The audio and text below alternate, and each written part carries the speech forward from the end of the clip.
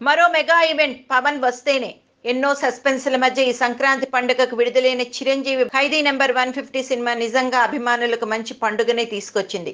ఇప్పటికే భారీ కలెక్షన్ రాబడుతూనే ఉంది. అసలు ఇంత రెస్పాన్స్ వస్తుందని సినిమా యూనిట్ కూడా అనుకుని ఉండకపోవచ్చు. యూనిట్ కాదు, మెగాస్టార్ చిరంజీవినే ఇంత రెస్పాన్స్ వస్తుందని ఊహించలేకపోయారట.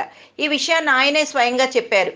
ఏది ఏమైతేనే మొత్తానికి సినిమా మంచి విజయాన్ని సాధించి మంచి వసూళ్లు రాబడుతోంది. ఈ జోష్‌లోనే మెగా ఫ్యామిలీ మరో ఈవెంట్ నిర్వహించేందుకు సిద్ధమైనట్లు టాలీవుడ్ టాక్. సినిమాని ఇంత సక్సెస్ చేసినందుకు ఒక థాంక్స్ మీట్‌ని ఏర్పాటు చేయాలని ఖైదీ టీం భావిస్తోందట.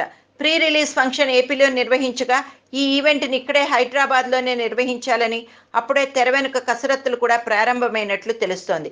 ఇక ఎప్పట్లాగే చిరంజీవి బావమరిదైన అల్లు అరవింద్ పర్యవేక్షణలోనే దీనికి రూపకల్పన జరుగుతోందట.